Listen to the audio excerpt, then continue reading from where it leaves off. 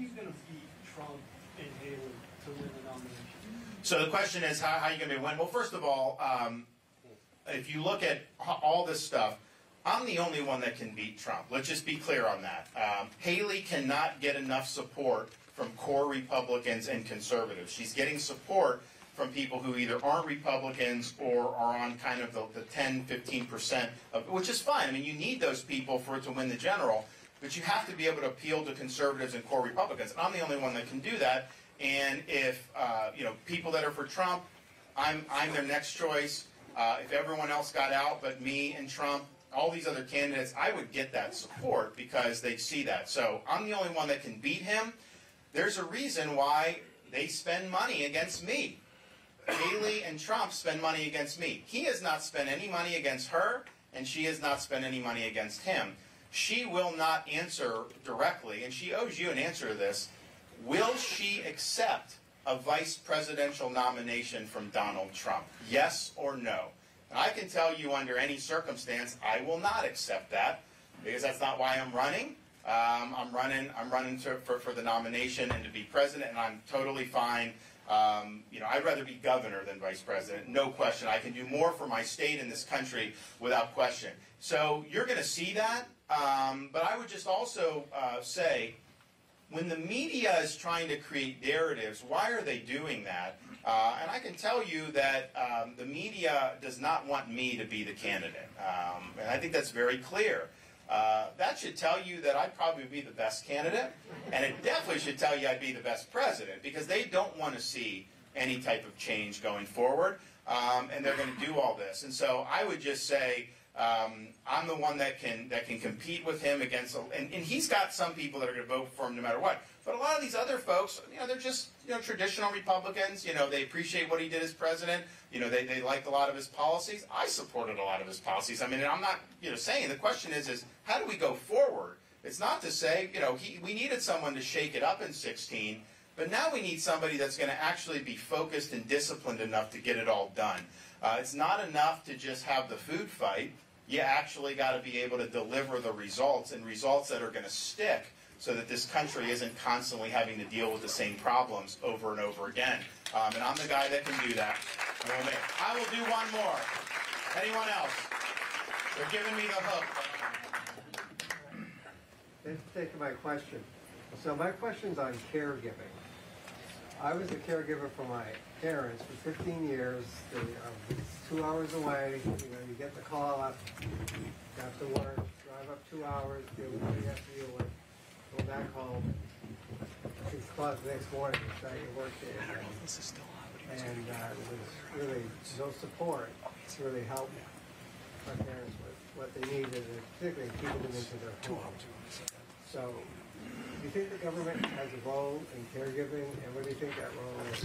So I think that, one, it's a very important issue, and you're not alone. In Florida, this is a huge issue for us, and we've done stuff at both the local and the state level to bolster resources and to make it easier for folks.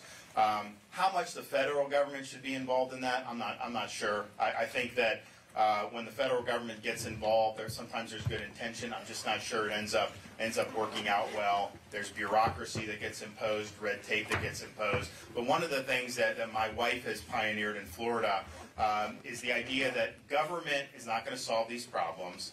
Government can serve as a facilitator to help bring resources in to people that need them outside of the government context. So she's done it with welfare, where people go in, they need welfare benefits. Instead of just getting a check, they go into what's called the care portal, which is plugged in with churches and charities and businesses and individual volunteers. So maybe in the portal it says we have a mother with 2 6-month-old twins. She just got evicted from her apartment. She's like, well, guess what? You'll have a charity show up the next day. You'll have a church show up. People will show up, and all of a sudden, that person doesn't come back for government assistance because they're in a situation. We're doing the same thing for veterans and for elder affairs. We have a Department of Elder Affairs in Florida. And some of that is resources, but some of it is volunteers. A veteran's having a tough time. There are people that will go, you know what, I'm going to take you to lunch, just let you know I appreciate your service. Same thing with elderly. We have a program, Seniors Helping Seniors. so that you're taking some of the burden away from the family, because it's tough. And a lot of times the family's juggling their own kids and all these other things. So I think that model of saying, there's different needs. We know there's a lot of resources in society. A lot of times people don't know where to turn. Let's use that as a way to facilitate those connections. I mean, for example, with veterans, there's good resources out there for veteran mental health.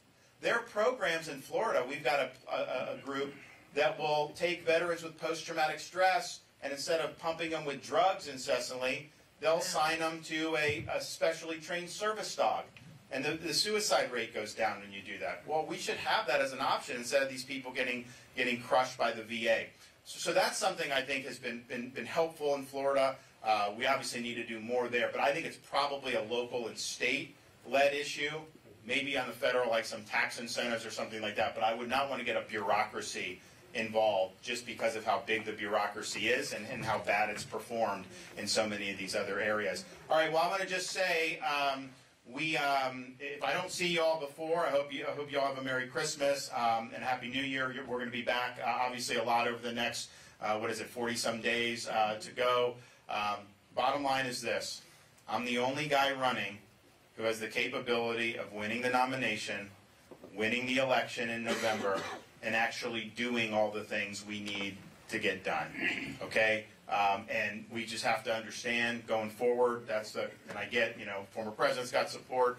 Obviously, I think he has the potential to win the nomination. I'm much less optimistic about what his prospects would be in a general election. I think the media is trying to tell Republicans he would have it in. Why would they say that? They've never said anything nice about this guy for 7 years. Now all of a sudden they're saying like he's going to be a juggernaut when we know we've lost all these elections over all these years. So I'd be very, very skeptical of that going forward. And the reality is, none of the other Republicans have a chance to beat Trump one-on-one. I mean, that's just not going to happen. So I will be able to get that done. And we're going to be, we're working harder than anybody else. I believe you got to earn this. I don't think it's something that should just happen. And so we're showing up. We actually are going to do a debate in Iowa that they finally agreed to. So I think it was, I think Trump's been invited. He's declined. I accepted immediately. And finally, after stonewalling for many days, Haley caved, and now she's doing the debate because she was getting a lot of heat in Iowa for not being willing to show up. So she caved on that. And she's going to go. So I think it's just going to be me and her.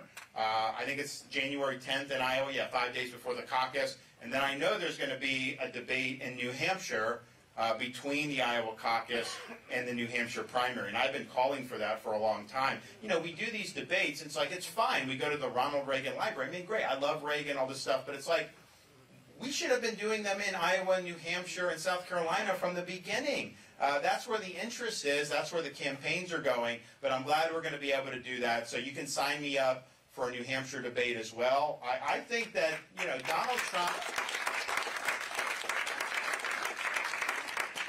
Donald Trump needs to debate. Yeah. Why is he not willing to debate? And I get it,